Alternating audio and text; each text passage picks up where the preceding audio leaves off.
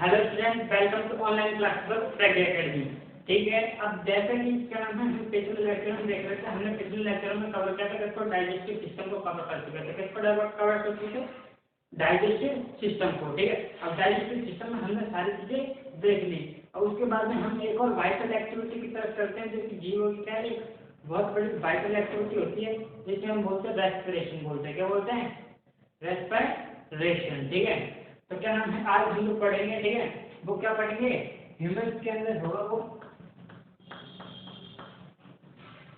Respiration, या फिर ऐसा बोल सकते हैं रेस्पिरेटरी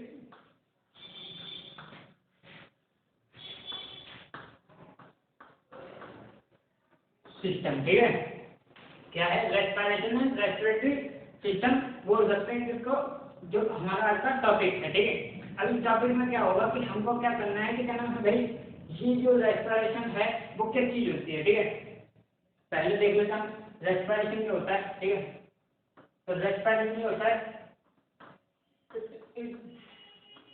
एक process in which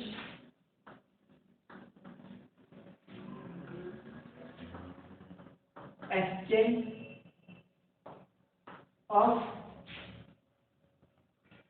gases like CO2 and O2. It is a process in exchange of gases from in between environment and cell। ठीक है, एनवायरमेंट, सेल, या फिर बाद में organism.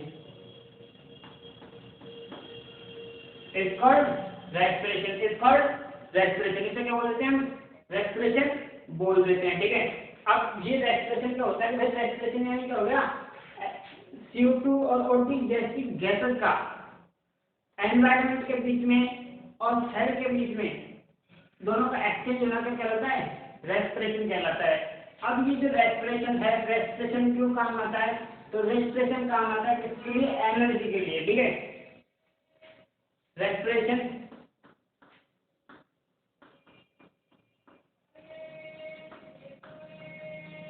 Is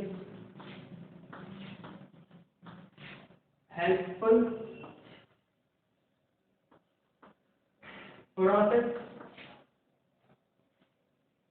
to take energy from food। क्या होता है, energy निकालने के लिए क्या होता है, रेस्पिरेशन बहुत जरूरी होता है। किससे? फूड से। क्या होता है, फूड से। ठीक है, तो रेस्पिरेशन में क्या होता है, रेस्पिरेशन प्रोसेस के अंदर क्या होता है, in respiration process, in this process, in this process food gets oxidized and energy released। और एनर्जी क्या हो जाती है, रिलीज हो जाती है। एनर्जी क्या हो जाएगी, रिलीज हो जाएगी। यहाँ पे फूड पर क्या हो जाएगा, ऑक्सीडाइज हो जाएगा। ऑक्सीडाइजेशन का मतलब क्या है, ऑक्सीजन की मदद से किसी भी चीज का टूटना, ऑक्सीजन की मदद से किसी भी चीज का टूटना कहलाता है ऑक्सीडाइज कहलाता है, ऑक्सीडेशन कहलाता है। ठीक है, तो रेस्पिरेशन क्या करता है, एनर्जी निकालने का काम करता है। कौन? रेस्पिरेशन में एनर्जी निकालने का काम कौन करता है, ऑक्सीजन। अब वो ऑक्सीजन हम कैसे ले पाते हैं, तो हम ले पाते हैं किसकी वजह से, रेस्पिरेशन की वजह से। किसकी वजह से? रेस्पिरेशन की वजह से। ठीक है, अब क्या है कि क्या नाम है, वो रेस्पिरेशन है। ठीक है, रेस्पिरेशन से हम क्या ले रहे हैं, एनर्जी ले रहे हैं। क्या ले रहे हैं, एनर्जी ले रहे हैं। अब वो कैसे लेंगे, वो कैसे लेंगे, तो जैसे कि देखो क्या नाम है, हम हमारे पास में क्या नाम है, काफी सारे ऑर्गन्स होते हैं। क्या होते हैं, काफी सारे ऑर्गन्स होते हैं जो कि क्या करते हैं, रेस्पिरेशन में मदद करते हैं। ठीक है, तो जैसे कि क्या नाम है, हम बात कर लेते हैं किसी भी रेस्पिरेटरी सिस्टम की बात कर लेते हैं। ठीक है, तो हमने बोला था कि क्या नाम है, जो एनर्जी है, एनर्जी हमने निकाल ली। ठीक है, ये क्या है, एनर्जी है, ठीक है, एनर्जी है। एनर्जी जब करना है, अब ऐसा तो है नहीं एनर्जी डायरेक्ट स्टोर हो जाएगी, ठीक है, डायरेक्ट किसी सेल के अंदर एनर्जी स्टोर नहीं होती है, तो ये किस फॉर्म में ऐड होगी, एटीपी के फॉर्म में ऐड होती है, क्या होती है, एटीपी के फॉर्म में स्टोर होती है सेल के अंदर, और एटीपी का अर्थ होता है एडेनोसिन ट्राई फॉस्फेट, क्या बोलते थे, एडेनोसिन ट्राई फॉस्फेट बोलते हैं, ठीक है।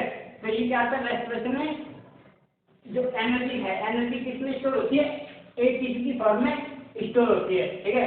अब ये जो एनर्जी है, जो फूड से एनर्जी निकल रही है वो किसकी मदद से निकलती है, तो वो निकलती है किसकी मदद से,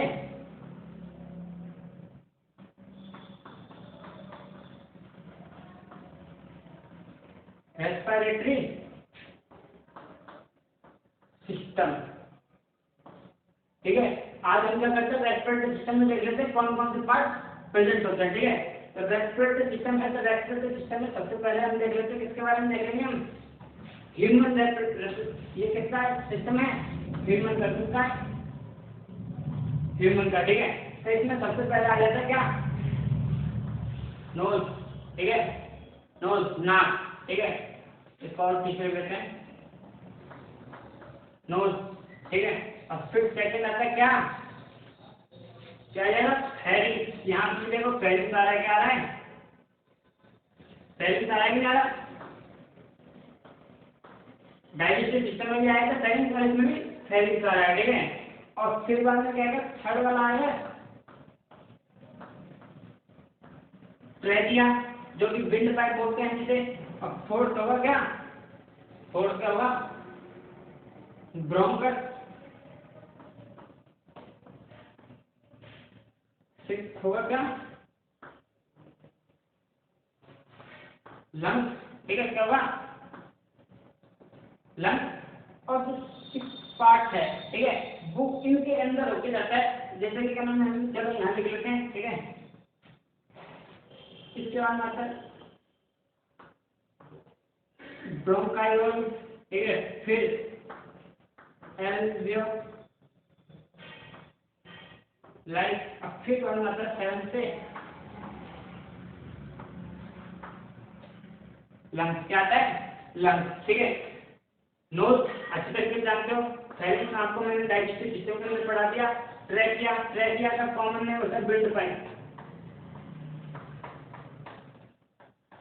बिल्ड पाइप, जो सांस नली होती है उसे बोलते हैं ट्रेकिया। और जब ट्रेकिया क्या होता है, ये ऐसा ट्रेकिया है, ये ट्रेकिया जब लंग्स में जाने के लिए दो भाग में बढ़ जाता है, लंग्स में जाने के लिए दो भाग में बढ़ जाता है, ये तो हो गया ट्रेकिया, ये हो गए ब्रोंकस, ये क्या हो गए, ब्रोंकस, यहाँ पे प्रेजेंट होता है लंग्स, ठीक है। अब फिर इसके अंदर जब छोटे छोटे और जो टूट जाते हैं, इन्हें बोलते हैं ब्रोंकायोल, क्या बोल देते हैं, ब्रोंकायोल। और यहाँ पे एक बल्ब जैसी स्ट्रक्चर दिखती है, एक गुब्बारे जैसी स्ट्रक्चर दिखती है, इसे हम बोल देते हैं एल्वियोलाई, क्या बोल देते हैं, एल्वियोलाई। और इन्हें क्या बोलते हैं, लंग्स,